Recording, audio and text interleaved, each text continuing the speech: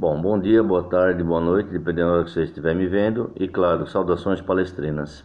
Aqui fala o professor Darcy Sabadini e hoje vamos falar um pouquinho sobre a matemática do fator de potência, ou seja, que está toda calcada na teoria dos números complexos. Então, você precisa ficar atento aos números complexos. Bem, o que é um número complexo? É aquele conjunto onde agora você pode extrair a raiz do número negativo, né? E gerar um número imaginário. Então já anota aí essa palavra, imaginário. Aqui no canto superior direito do vídeo você vai ver que j² igual a menos 1 ou j igual a raiz de menos 1. Na matemática clássica, esse j você substitua por i. Como na elétrica a gente usa o i para simbolizar a corrente, vamos usar o j aqui, que nada mais é do que aí o principal fator do número complexo, né, que representa o conjunto dos imaginários e está sempre no eixo y, enquanto a parte real está no eixo x. Matematicamente falando, eletricamente falando, no eixo real, o que você realmente utiliza de potência disponível, por exemplo, uma lâmpada, toda aquela energia transformada em trabalho. Tudo que é perda será representado no eixo y, no eixo dos imaginários. Então a perda complexa no caso, né, no eixo y, representada no eixo imaginário. No nosso caso, potência resistiva eixo x, potência indutiva, reativa, indutiva ou capacitiva eixo y. Bem, você vai precisar também da teoria de vetores, né? Você sabe que tanto tensão quanto corrente são grandezas vetoriais. Por quê? O que precisa ser para ser um vetor? Ter módulo, direção e sentido. Então, tensão e corrente são fasores, né, que tem módulo, direção e sentido. Quando esse ângulo entre ambas, tensão e corrente, for positivo, a perda é indutiva. Quando a corrente estiver na frente da tensão, teremos uma perda capacitiva. Então agora o que faremos? Tentaremos ajustar esse ângulo o mais próximo possível a 1, a 0, para que o fator de potência seja 1. Então vamos ver aqui no canto superior novamente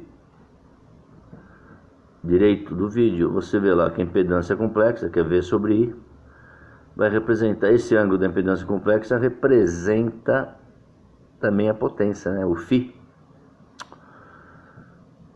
Então você tem um vetor girando a 60 Hz, né, tanto da tensão quanto corrente, mas eles têm uma defasagem entre eles. Se você projetar a sombra desse vetor no eixo x, você tem o cosseno. No eixo y, você tem o seno. Então no cosseno é a parte real, chamado fator de potência, e na parte vertical você tem a perda, né? Então você fazendo aí, resolvendo o triângulo das potências aí, ó, ou da impedância, você vai ver que o φ, o ângulo, é o arco tangente da reatância indutiva menos a reatância capacitiva sobre R. Então o objetivo nosso é tornar a reatância indutiva igual a capacitiva para anular a perda e ficar só com a potência resistiva. Então, qual que é o arco tangente de zero? É zero. Então, idealmente, devemos ter φ igual a zero para aproveitamento total da energia gerada, né? Para não ter desperdício na geração elétrica. O que vale dizer que o circuito entrou em ressonância. Só que uma ressonância para 60 Hz, né? Já tem uma frequência pré-definida aí, né? Bom, passando adiante. Aqui nós vemos uma fábrica, né, geralmente cheia de motores que vão causar essa perda indutiva. Os motores eu coloquei como impedância indutiva mais uma resistiva. Para eu controlar essa perda reativa, e tem a iluminação também, né, eu vou ter que colocar, associar um capacitor em paralelo com essas cargas para poder minimizar esse ângulo aí, como você vê aqui em cima no canto superior esquerdo. Olha lá, o φ medido e corrente medida. significa que essa fábrica está totalmente indutiva. A tensão está adiantada em relação à corrente. Para eu diminuir isso aí, corrigir o ângulo, eu preciso diminuir esse ângulo, né, o lado direito. Eu preciso corrigir, então lógico que se fio corrigido tem que ser menor que fio medido. Então eu tenho que colocar capacitores em paralelo ao indutor. Porque o capacitor sempre é o dual do indutor. Tudo que você fala para o capacitor é o contrário do indutor. Tanto é que se eu tiver capacitores em paralelo, que é o banco de capacitor na entrada, eu somo as capacitâncias para ter o capacitor equivalente, né? No indutor é o contrário.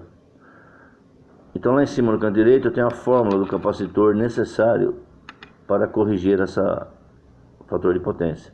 A potência ativa vai ser a mesma, a frequência é a mesma, que é o W, né? E a tensão é a mesma. O que vai mudar aí é o ângulo.